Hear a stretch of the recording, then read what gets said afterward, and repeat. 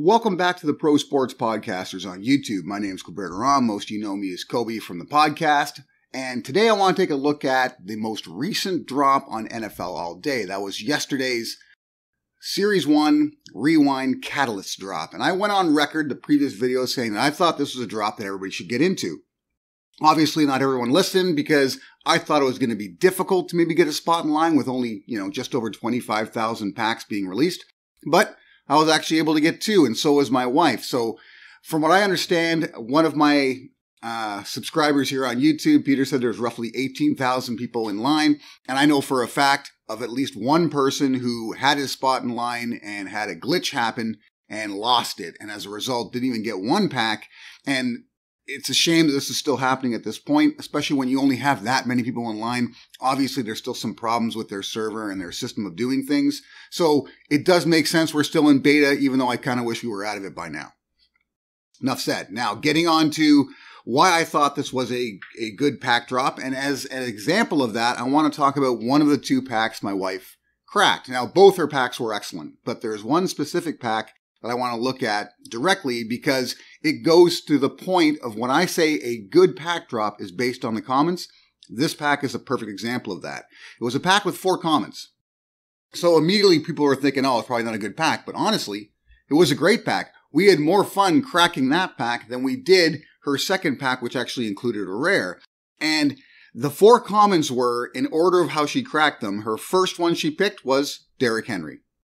Boom. Right? One of the top running backs in football, period. The best rusher, natural rusher in football right now. So she was excited about that. Not to mention it's also a player she's had on her fantasy team for a few years and traded him a couple years back thinking that maybe he'd fall off, but he hasn't fallen off yet. So there's some bitterness there, but she still thinks it's a fantastic pull. And of course it is. Her second pull, James Robinson. Another fantastic running back, one of the most gifted natural running backs in the league. Why he's so low on the marketplace right now only goes to show you how few people actually follow football that are on this platform, because he shouldn't be going for the minimum, really. He should be going at least twice what he's at, but enough said, she was still excited to get James Robinson because her collection is mostly wide receivers and running backs when it comes right down to it. She's got every position, of course, but wide receivers and running backs is what she's kind of focused on.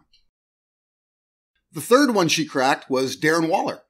Again, awesome, right? She plays enough fantasy to know how good Darren Waller is, right? We're talking about one of the top 3 fantasy tight ends in football and one of the best tight ends, period, in football. So she's excited to crack him as well. And then the final one she cracked, and another follower on the platform on the YouTube is going to know that, he was excited about this to begin with because we had spoken about it. But the last one she cracked was Justin Herbert, right? So you can't really go wrong there. She was super excited about the Justin Herbert crack as well because she's well aware of how much his debut goes for. So you were never going to cash out for that debut. At least she never was. And instead now has the common to complete her set when it comes to having some of the marquee quarterbacks that are available. So she was thrilled. There you go. 4 comments. Justin Herbert, Derrick Henry, James Robinson, Darren Waller. How are you disappointed? When you look at the values on the marketplace now, and again, like I said, it's a downtime, right? All the values are going to be depressed until the actual season starts. But even now, she's damn close to what it cost her to get that pack. So she was thrilled. She was excited. Now, in her next pack, she cracked a Davante Adams rare, so that was huge, right? She was like right on. What a bonus, because again, you're looking at a player whose only available moment on the marketplace previous was a legendary. So to get him now as a rare, huge bonus, right? Huge bonus. So she was excited about that as well. But that first pack with the 4 comments, that was one that she just loved because it was a great crack after a great crack after a great crack. And they were all commons. You were never disappointed. I didn't fare as well. In my 2 packs, I actually cracked 3 Carson Wentz, a quarterback I don't have that much respect for. So little respect, in fact, that I don't understand why Washington went and got him. I actually think Taylor Heineke has more upside, but whatever. She actually got a Taylor Heineke in her other pack with the Davante Adams.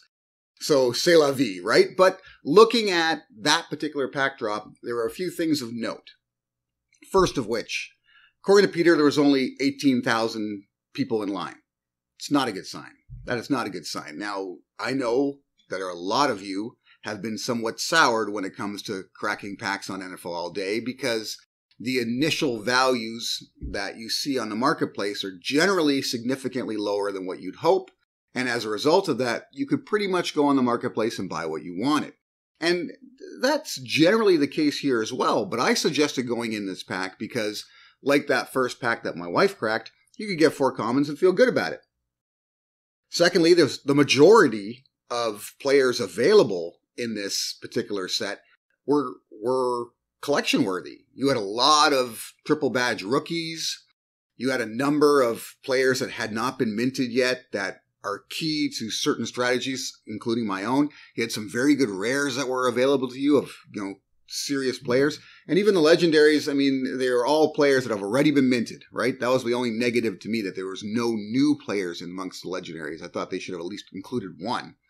But they were all great players. So if you got one, bonus, right?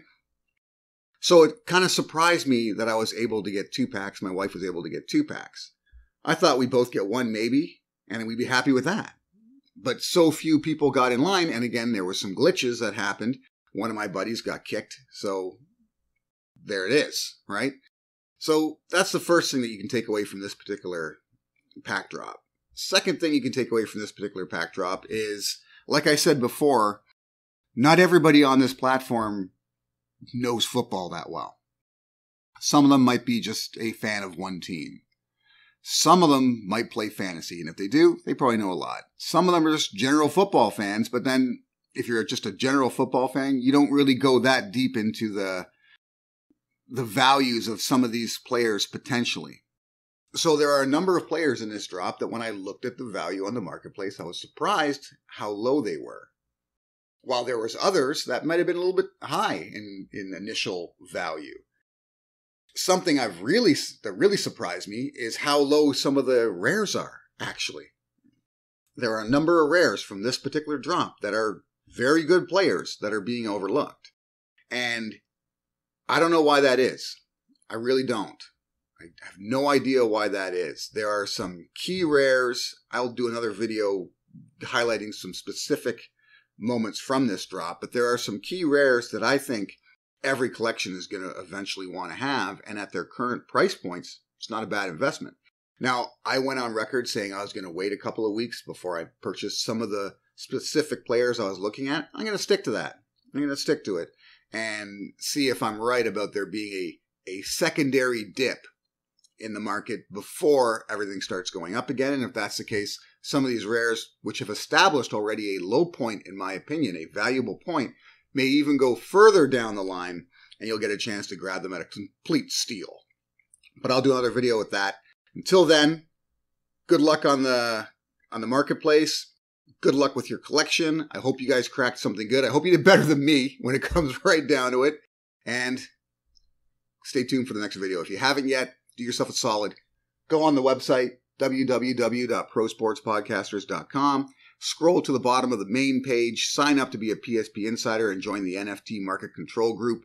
We do some coordinated buying and selling and talk strategy when it comes to actually making moves on the NFL all-day marketplace, as well as the UFC Strike marketplace, although very little has been happening on the UFC Strike lately, so that's been kind of put to the back burner until later. But for right now, if you're serious about this, definitely join, become a PSP Insider.